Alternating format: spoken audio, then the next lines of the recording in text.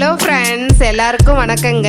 கலாஸ் ரெசிபியில் இன்னைக்கு chicken gravy ரொம்ப சீக்கிரமாக செஞ்சு முடிச்சிடணும், அதே சமயத்தில் டேஸ்டாகவும் இருக்கணும். எப்படி செய்யறதுன்னு பார்க்கலாம் வாங்க.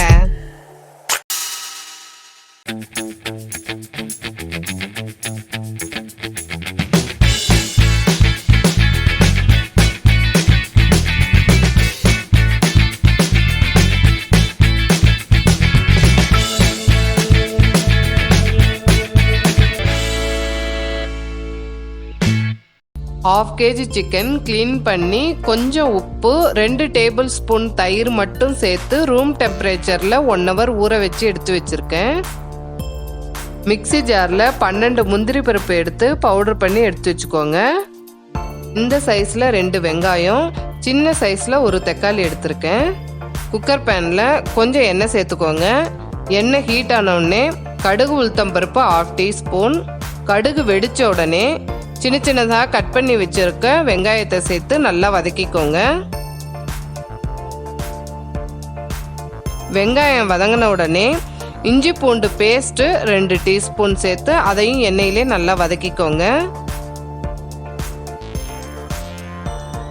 இஞ்சி பூண்டு வதங்கிருச்சு.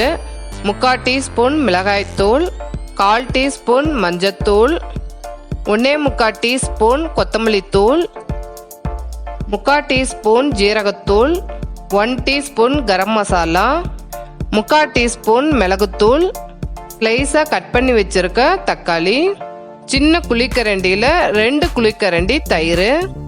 இது எல்லாம் எண்ணெயிலே கொஞ்சம் நேரம் வதங்கட்டும். நீங்கள் சிக்கனை ஊற வைக்கிறதுக்கு தயிர் ரொம்ப கம்மியாக எடுத்துக்கோங்க. இதுக்கு தக்காளி கம்மியாக சேர்த்தாதாங்க நல்லாயிருக்கும். முந்திரி சேர்க்கறதால காரம் எப்பயும் சேர்க்கறதோட 1/4 டீஸ்பூன் அதிகமாக சேர்த்துக்கோங்க. எண்ணெய் பிரிஞ்சு மேலே வந்துருச்சு. உப்பை ஊற வச்சிருக்க சிக்கன், இந்த கிரேவிக்கு மட்டும் தேவையான உப்பு, ரெடி பண்ணி வச்சிருக்க முந்திரி பவுடர், இது எல்லாத்தையும் சேர்த்து நல்லா கலந்து விட்டுக்கோங்க. கலந்து விட்டுட்டோம். கொஞ்சம் தண்ணி சேர்த்து கலந்து விட்டுட்டு கொஞ்சம் கருவேப்பிலை சேர்த்துக்கலாம். குக்கர் மூடி போட்டு மீடியம் ஃப்ளேமில் 2 சவுண்டு மட்டும் விட்டு ஆஃப் பண்ணிடுங்க. அப்போதாங்க சிக்கன் சாஃப்டாக வெந்திருக்கும். சவுண்டு வந்துருச்சு. வாங்க எப்படி இருக்குன்னு பார்க்கலாம். பாருங்கள் எவ்வளோ சூப்பராக இருக்குது. டேஸ்ட்டும் அவ்வளோ சூப்பராக இருக்குங்க. இது ஸ்டார் ஹோட்டலில் சாப்பிட்ற மாதிரி ரிச் டேஸ்ட்டும் காரசாரமாகவும் இருக்குங்க. இது செய்யறதுக்கு ஒரு 15 நிமிஷம் தான் ஆகும். டேஸ்ட் ஆனால் ரொம்ப நல்லா இருக்கும்.